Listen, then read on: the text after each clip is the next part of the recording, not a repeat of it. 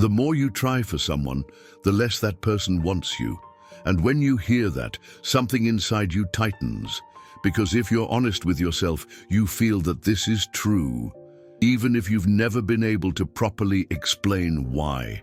This is not an opinion, it's human behavior, and perhaps you've already experienced exactly that.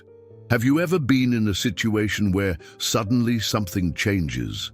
There was no fight, there was no clear error. Nobody said, "I don't want it anymore."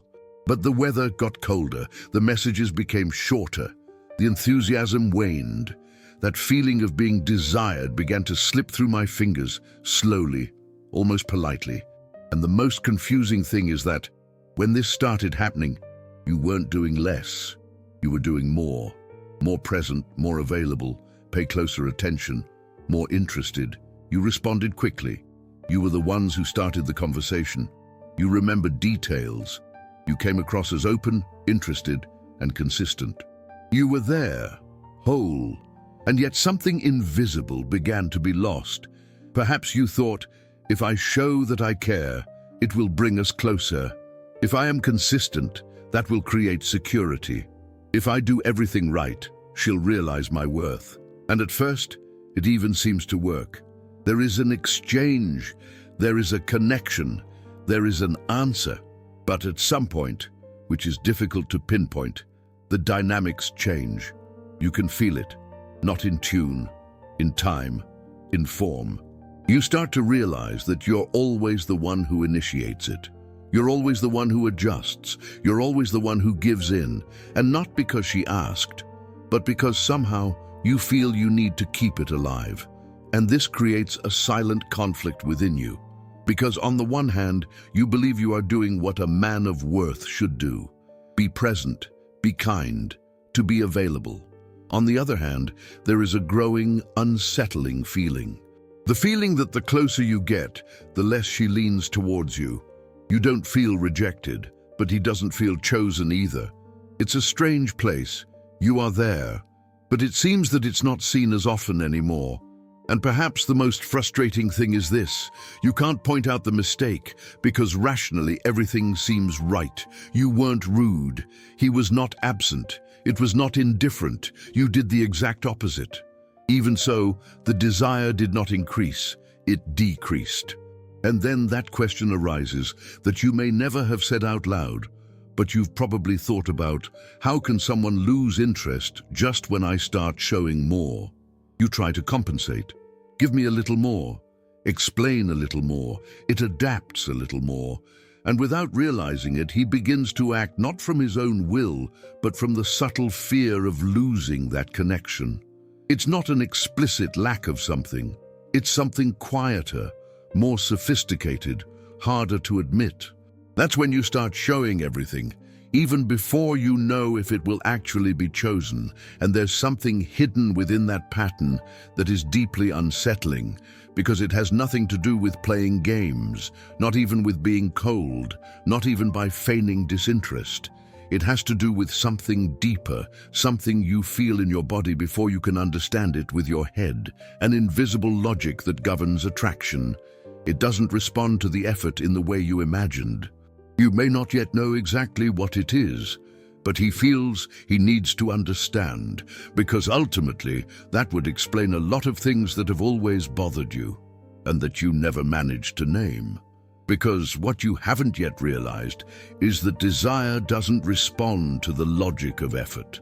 It responds to the logic of perception. And perception is something fragile, subjective, emotional. It has nothing to do with how much you do, but with what the other person feels when they are near you. And often, unintentionally, you begin to destroy exactly what you most wanted to preserve. There's a subtle moment when you cease to be a desired presence and become a predictable one. It's not that you do anything wrong, it's that you become always there, always accessible, always willing, always available. And the human brain doesn't associate guaranteed constancy with intense desire. It associates it with comfort. And comfort isn't attraction. Comfort is rest. You feel it when you realize she no longer engages in conversation. She doesn't provoke. She doesn't invest. She doesn't pull you in. You start carrying the weight of the interaction alone, and yet you continue because you believe that persisting is maturity, that persisting is a demonstration of value, that walking away would mean losing everything. But silently, the internal game has already changed. Desire needs tension, not drama, emotional tension.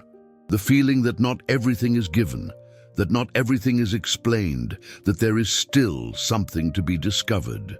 When you reveal yourself completely too early, when you adapt too much, when you show that your validation is guaranteed, you remove the space where desire breathes. And this isn't rationality on her part, it's instinctive. Female behavior responds to what is felt, not to what is promised.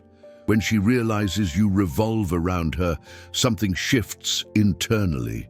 Not because she wants to devalue you, but because your perceived value begins to decline. What is always available doesn't need to be earned. And what doesn't need to be earned doesn't trigger emotional investment.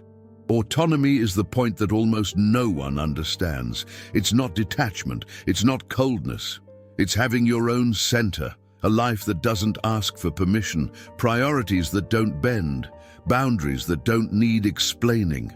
When you have that, validation ceases to be guaranteed. And that's exactly where something changes in the dynamic. When there's a real possibility of losing you, the brain goes into a state of alert. It assesses, it recalculates, it invests, not out of fear, but out of value. Because what can be lost demands presence. It demands attention. It demands movement. And without realizing it, you stop being the one trying to hold on and become the one who is chosen. Desire is not comfort. Desire is controlled uncertainty. It's feeling safe without boredom. It's feeling close without possessiveness. It's knowing you're there but not trapped. That you enjoy it but don't depend on it.